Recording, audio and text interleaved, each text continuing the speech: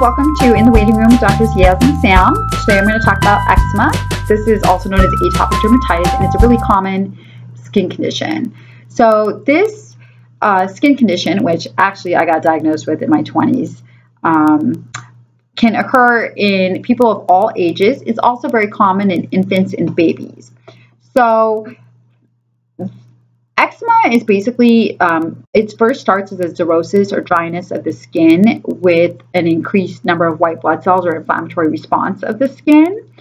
And so the first symptom is actually itchiness. And so at first you may just think you have an itch that's going to go away. But if the itch is not going away after a day or two, then you should consider you should probably see your primary care doctor or dermatologist because you may have eczema.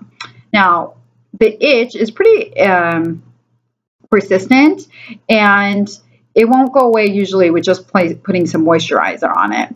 And then eventually you may notice some erythema or redness of the skin, and later, if it's really continuing and not treated, you get some scaliness or lichenification of the skin. And it can affect one large area or small area of the skin, and you could have multiple areas on your body. So it's really important, if you recognize these symptoms, to go see your doctor and get it treated because it's a really treatable condition. Okay, so once you see your doctor, there are several things that they can do in order to manage it.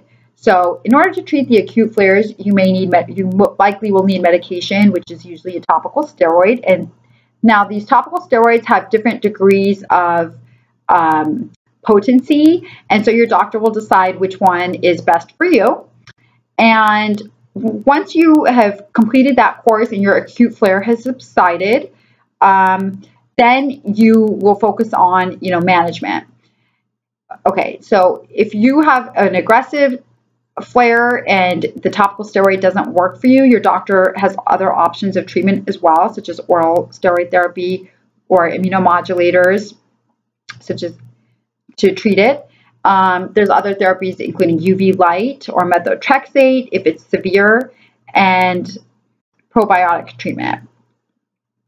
Now, there's non-medical treatments of eczema, which are also really helpful and really important to know about. So one thing that can contribute to skin dryness, which contributes to eczema, is dry air.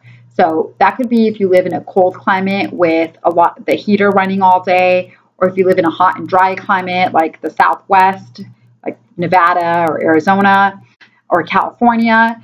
So you can get a humidifier in order to alleviate that. The other thing is to wear soft cotton clothes. Use mild detergent to limit the irritants on your clothes.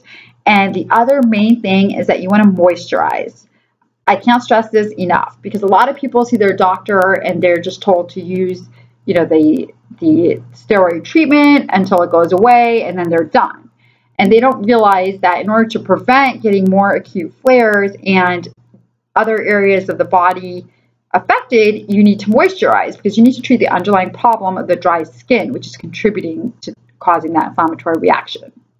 So just moisturize after the shower with any moisturizer that you prefer. I really like this Avalon Organics one.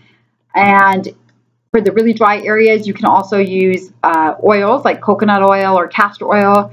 Those are a little heavier. One oil that I like that's a little bit lighter is sesame oil. So you can try that as well. And you can put sesame oil and then moisturizer on top. And you can moisturize twice a day.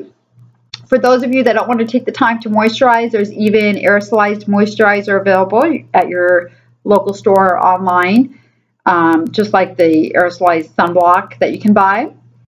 And the other thing is, if you have an eczematous lesion, don't itch. It makes it worse.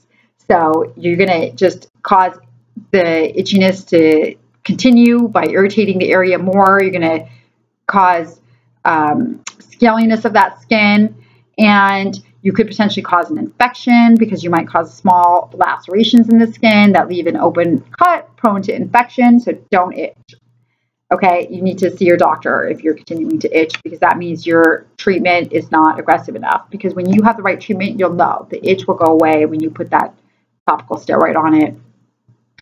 Okay, so that's all for eczema in terms of the treatment. But the other thing to be aware about for eczema is that it can cause some adverse skin cosmetic results if it's not treated appropriately. So that's why it's really important to kind of follow up with your doctor, make sure it's getting treated appropriately.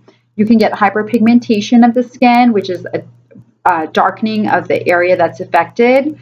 It's called post-inflammatory hyperpigmentation. That could be treated, but that'll be another episode on treating hyperpigmentation.